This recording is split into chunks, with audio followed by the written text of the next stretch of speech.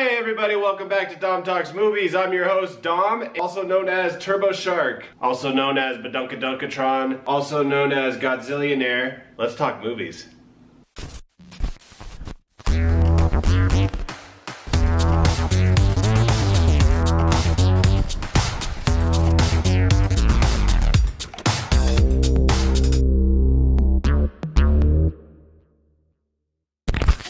So, episode 6 is where we're at now, and we're going to talk about something that I think is a lot of fun to talk about. And I'm first going to take these off because I can't see anything. Magic. We are going to talk about movies that almost were, but never got made. These are the movies that we've heard about in the past. Things ended up going wrong along the line, whether it be budgetary issues, the actors dropped out, the script was dropped, whatever. We're going to talk about 4 of those movies today, so let's just get right into it.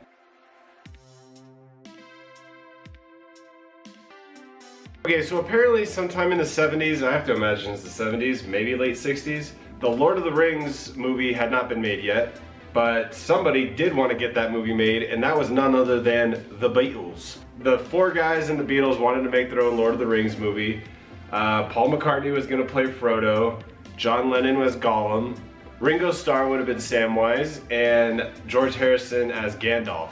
And to make this even weirder, at one point Stanley Kubrick was approached to direct, but he said he turned down the film because of the source material's complexity.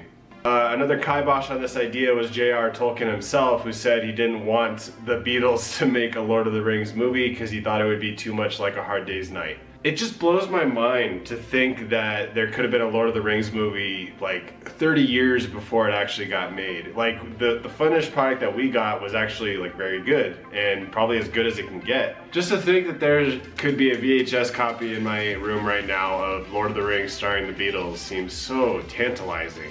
It just seems weird to think that, you know, maybe this idea could have turned into something more, and like other rock stars at the time had like got turned on to the idea, like, oh, I want to be in Lord of the Rings too, let's just make it a big rock musical, and have like David Bowie as Gandalf, or Elton John shows up as a dwarf or something. I mean, he's built for it.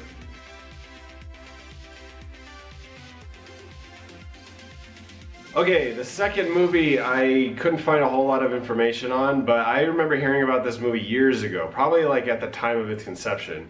Back in 2000, apparently Ice Cube was going to make a movie about a werewolf hunter in San Francisco who has to... Let me read this. A werewolf hunter who must save the city of San Francisco from being overcome by a new breed of werewolf. Oh, the movie was written by the same guy who wrote Big Mama's House. And it was supposed to be directed by a guy named Gregory Dark, and if you haven't heard of Gregory Dark, you're not alone. He started off as a porn director, ended up becoming a music video director, did a few of Ice Cube's music videos, as well as like Britney Spears, Mandy Moore, Linkin Park. And he was going to be the guy to direct this movie, and Ice Cube was going to make it after he finished Ghosts of Mars. Now, I love John Carpenter, but Ghosts of Mars is crap, and I understand now, like, the mindset that Ice Cube was in when he was making Ghosts of Mars leading into a werewolf movie makes a lot of sense at the time. But goddamn, I wish I could have seen it. I wish I could watch an early 2000 Ice Cube werewolf movie. And get this, the best part, the movie was called Stray Dogs, spelled like this. Whew, that would have been a doozy.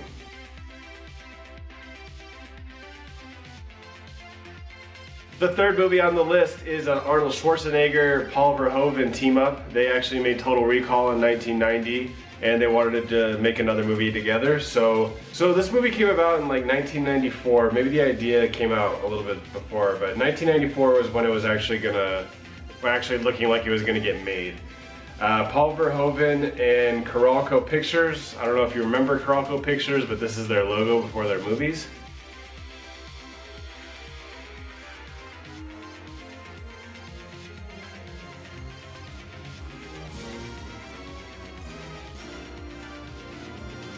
This seemed like a financial issue. The movie had a certain budget, and Paul Verhoeven seemed like he was going to go over it, and he had $100 million to spend, and he could not guarantee the financiers that he wouldn't go over his budget, so they decided to go with another movie instead. They decided to put all this money into another epic called Cutthroat Island.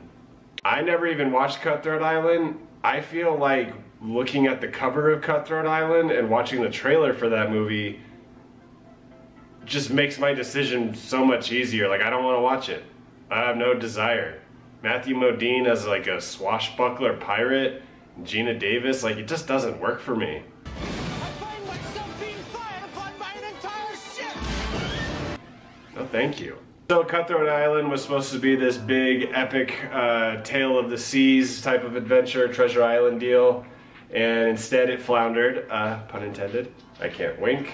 So that movie failed at the box office, and because of that, Carolco Pictures went bankrupt shortly after, so thus Crusade died.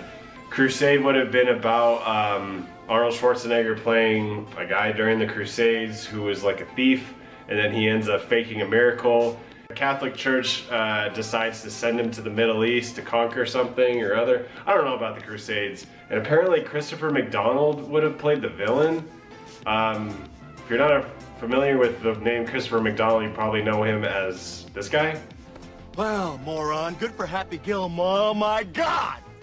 That would have been weird.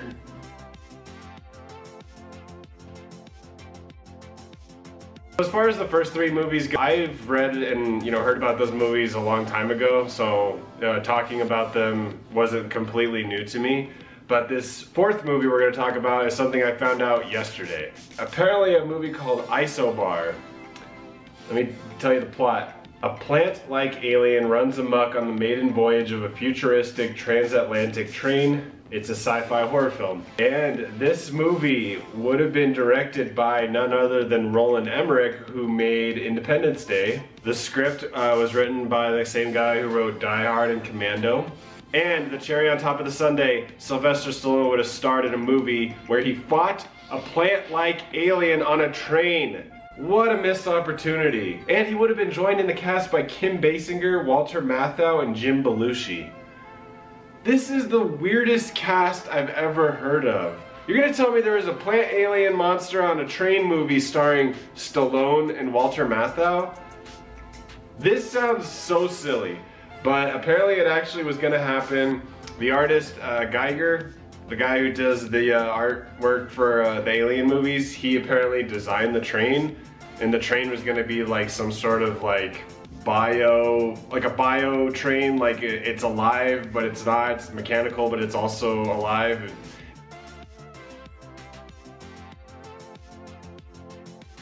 Weird shit like that. Like, this movie would have been bonkers, but goddamn, I wish I could watch it. Alright, well, that concludes another episode of Dom Talks Movies. I hope you guys had fun. I sure did. Be sure to subscribe, like, and comment below. I want to know your favorite movie. I want to know your favorite movie. Just comment it. Just tell me. That concludes another episode of Dom Talks Movies. Y'all been great.